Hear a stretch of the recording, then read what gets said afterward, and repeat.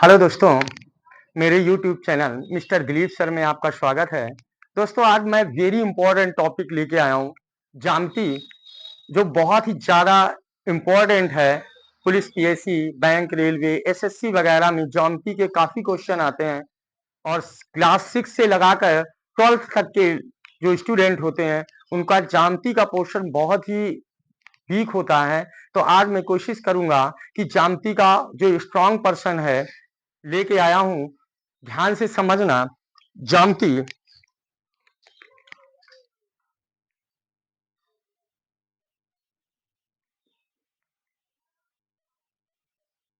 ज्यामिति में सबसे पहले इधर ध्यान से समझना दोस्तों। ज्यामिति का सबसे पहला जो पॉइंट होता है जिसे हम कहते हैं बिंदु। एक होता है बिंदु और एक होता है दशमलव। दशमलव क्या होता है और बिंदु क्या होता है, आज थोड़ा डीपली पढ़ने का प्रयास करेंगे। दशमलव क्या होता है ध्यान से समझना दोस्तों। ये दशम धन अमलव,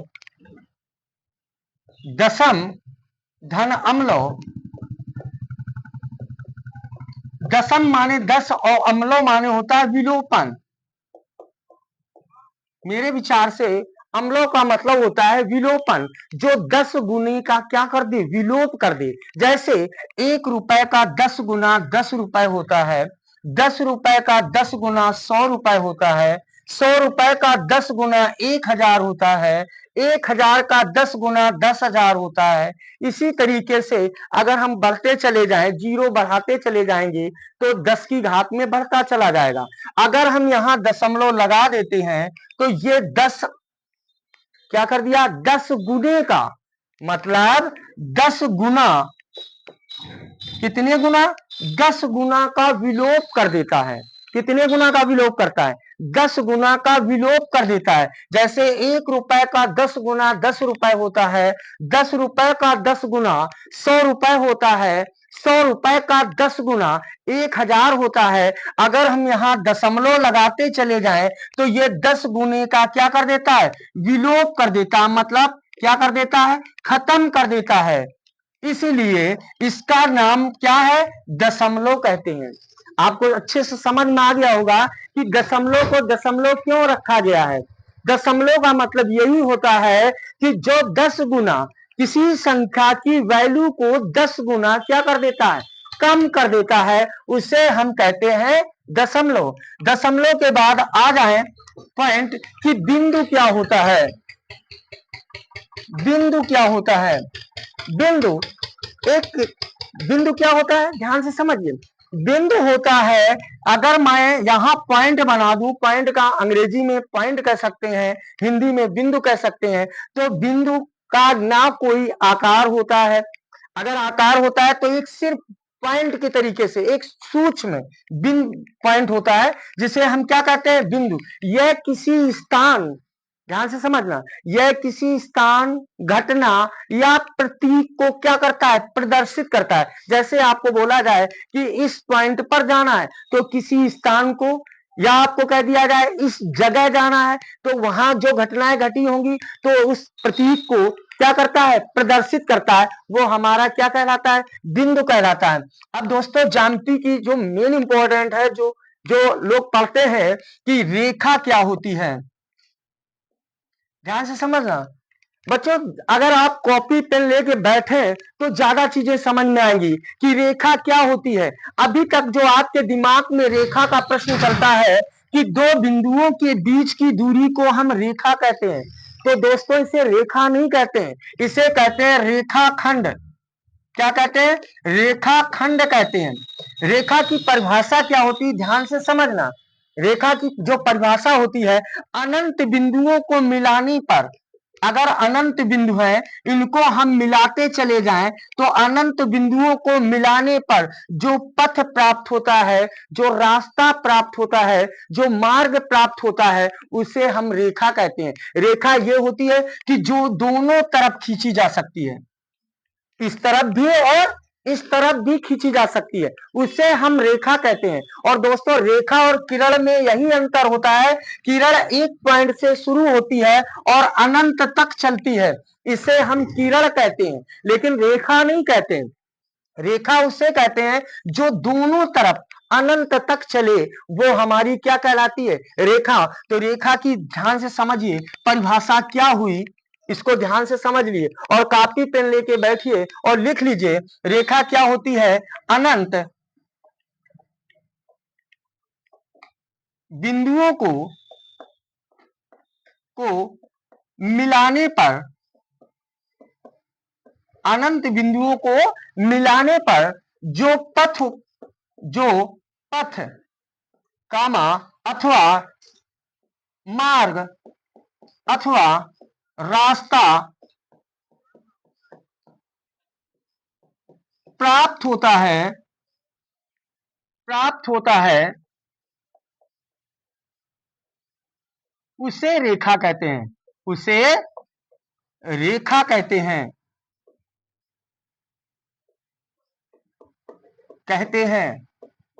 ध्यान से समझ में आया दोस्तों कि अनंत बिंदुओं को अगर हम मिला दें, अनंत बिंदुओं को अगर हम क्या कर दें, मिला दें, तो उसे हम क्या कहते हैं, रेखा कहते हैं। ठीक है, उसे हम क्या कहते हैं, रेखा कहते हैं। तो रेखा, और या दूसरी परिभाषा हम लिख सकते हैं कि जो दोनों ओर खींची जा सकती हैं, जो दोनों ओर खींची जा सकती है, किसी बिंदु के दोनों ओर जो खींची जाए उसे हम क्या कहते हैं, रेखा कहते हैं। दोस्तों ध्यान से समझ में आ गया। तो रेखा की परिभाषा आपको समझ में आई होगी कि अनंत बिंदुओं को मिलाने पर जो पथ प्राप्त होता है, जो रास्ता प्राप्त होता है, जो मार्ग प्राप्त होता है, उसे हम क्या कहते हैं, रेखा कहते हैं। अब इधर ध्यान से समझना दोस्तों कि रेखा होती कितने प्रकार की है। रेखा हमारी दो प्रकार की होती है। नंबर एक होती है सरल रेखा, सरल रेखा, दूसरी होती है वक्र रेखा। ध्यान से समझना दोस्तों, सरल माने होता है सीधा, सरल माने क्या होता है, सीधा। जब हम अनंत बिंदुओं को मिला दें और हमें एक सीधा पथ प्राप्त हो, अनंत बिंदुओं को मिलाने पर ये अनंत बिंदु है और इनको हम मिलाते चले जाएं, इस तरफ या इस तरफ, दोनों तरफ अगर अनंत बिंदुओं को हम क्या करते चले जाएं, मिलाते चले जाएं, और हमारा एक सीधा या सरल या सीधा मार्ग प्राप्त होता है, या सीधा रास्ता प्राप्त होता है, या सीधी एक मार्ग मिलता है, तो उसे हम कहते हैं सरल रेखा। मतलब जब एक सीधी रेखा खींची जाती है तो उसे हम क्या कहते हैं, सरल रेखा। मतलब अनंत बिंदुओं को मिलाने पर जब एक सीधा पथ प्राप्त होता है तो उसे हम सरल रेखा कहते हैं। और वक्र माने होता है टेढ़ा। आपने नाम सुना होगा वक्राष्ट, एक ऋषि थे जिनका नाम था वक्राष्ट। वक्राष्ट का मतलब होता है जो 8 जगह से क्या थे, टेढ़े थे, टेढ़े मेढ़े थे। इसीलिए हमने आपको इसके पहले विज्ञान के टॉपिक में पढ़ाया था वक्रता त्रिज्या।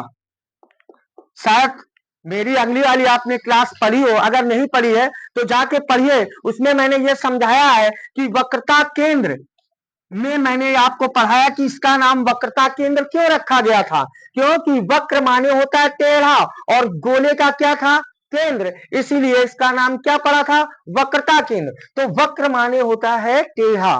ध्यान से समझ में आया।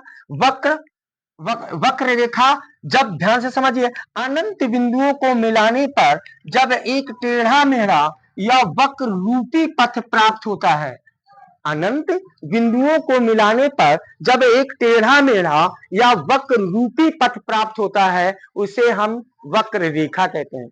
अब वेरी इंपॉर्टेंट चीज समझ लीजिए, वक्र रेखा और सरल रेखा। सरल रेखा इसको कहेंगे और वक्र रेखा इस तरीके की खींची जा सकती है किसी भी रूप में। अब दोस्तों वेरी इंपॉर्टेंट जो टॉपिक है, वेरी इंपॉर्टेंट, जो आपके लिए वेरी इंपॉर्टेंट है कि सरल रेखा कितने प्रकार की होती है। बहुत अच्छे तरीके से समझिए। आज तक आपने यही समझा होगा कि रेखा हमारी दो प्रकार की होती है, सरल रेखा और वक्र रेखा।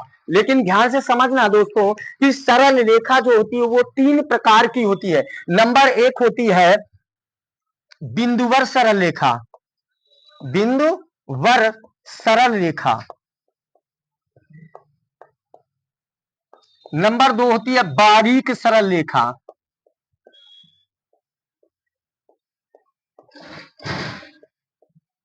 रेखा और तीसरी जो सरल रेखा होती है उसे हम दोस्तों बोलते हैं अभीष्ट सरल रेखा।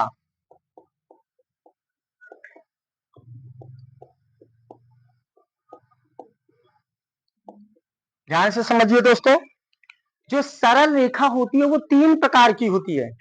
सूक्ष्मता से पढ़ने का प्रयास करिए, कॉपी और पेन लेके बैठिए और इसको नोट करते जाइए कि सरल रेखा जो होती है वो हमारी 3 प्रकार की होती है। कौन कौन सी 3 प्रकार है? नंबर 1 होता है बिंदुवर सरल रेखा, नंबर 2 होती है बारीक सरल रेखा, नंबर 3 होती है अभीष्ट सरल रेखा। उसी तरीके से वक्र रेखाओं के भी क्या होते हैं? प्रकार होते हैं। तो पहले हम इसको समझने का प्रयास करें कि बिंदुवर सरल रेखा क्या होती है। जब हम बिंदु के रूप में, किसके रूप में? बिंदु के रूप में एक सीधी रेखा खींचते हैं।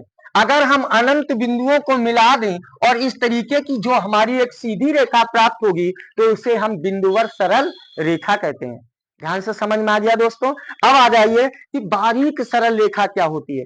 जब हम बहुत हल्की पेंसिल से एक हल्की सी रेखा खींचते हैं, आपने पेंसिल के बारे में सुना होगा, HB आती है, TH आती है, उसी तरीके इनका क्यों उपयोग है? इनका मतलब रचनाओं में या ज्यामिति में क्या प्रयोग है? 2H का प्रयोग कहाँ किया जाता है? HB पेंसिल का प्रयोग कहाँ किया जाता है? तो 2H जो रेखा होती है वो बारीक सरल रेखा खींचने में प्रयोग की जाती है, और जो HB होती है उसमें डार्क होती है, ज्यादा कार्बन होता है इसमें। समझ में आ रहा है? इसलिए वो किसमें प्रयोग की जाती है? अभीष्ट सरल रेखा में। तो अभीष्ट सरल रेखा किसे कहते हैं? जब हम डार्क पेंसिल से बहुत गाढ़ी, कैसे गाढ़ी रेखा खींचते हैं, कैसी रेखा खींच देते हैं? गाढ़ी रेखा खींचते हैं। समझ में आ रहा है?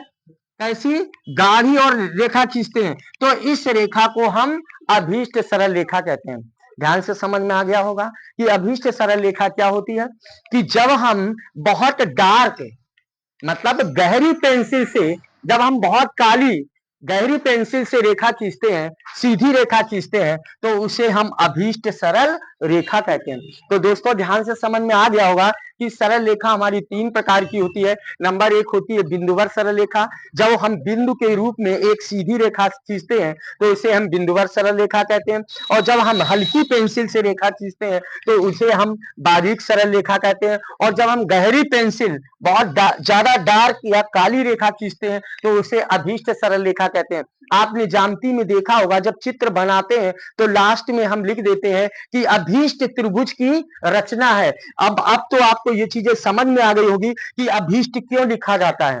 क्योंकि अभीष्ट एक प्रकार की क्या होती है? रेखा होती है। जब हम किसी त्रिभुज की या चतुर्भुज की या पंचभुज की या वृत्त की रचना करते हैं तो उसमें हम लिख देते हैं कि अभीष्ट त्रिभुज की क्या है? रचना है। तो अभीष्ट त्रिभुज का मतलब आपके ये चीजें समझ में आ गई होंगी कि अभीष्ट त्रिभुज का मतलब क्या हुआ कि गहरी जो रेखा खींची जाती है, जो त्रिभुज बनाने को होता है उसमें हम डार्क या तेजी से गहरी रेखा खींच देते हैं, तो कभी हम लिखते हैं कि अभीष्ट त्रिभुज की रचना है। तो आपको उम्मीद है कि ये चीजें बहुत ही अच्छे तरीके से समझ में आ गई होंगी। अब आ जाए वक्र रेखाएं कितनी प्रकार की होती हैं, तो ध्यान से समझना।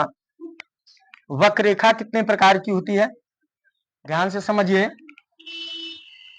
वक्र रेखा भी हमारी कितने प्रकार की होती है? 3 प्रकार की होती है। नंबर 1 होती है बिंदुवर वक्र रेखा, बिंदुवर वक्र रेखा, वक्र रेखा। दूसरी होती है बारीक वक्र रेखा, बारीक वक्र रेखा। तीसरा पॉइंट होता है अभीष्ट वक्र रेखा, अभीष्ट वक्र रेखा।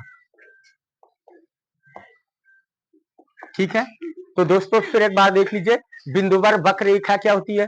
जब कोई रेखा एक बिंदु के रूप में टेढ़ी मेढ़ी खींची जाती है, बिंदु के रूप में कैसी खींचते हैं हम? टेढ़ी मेढ़ी या इस तरीके की खींचते हैं, तो इसे हम बिंदुवर वक्र रेखा कहते हैं।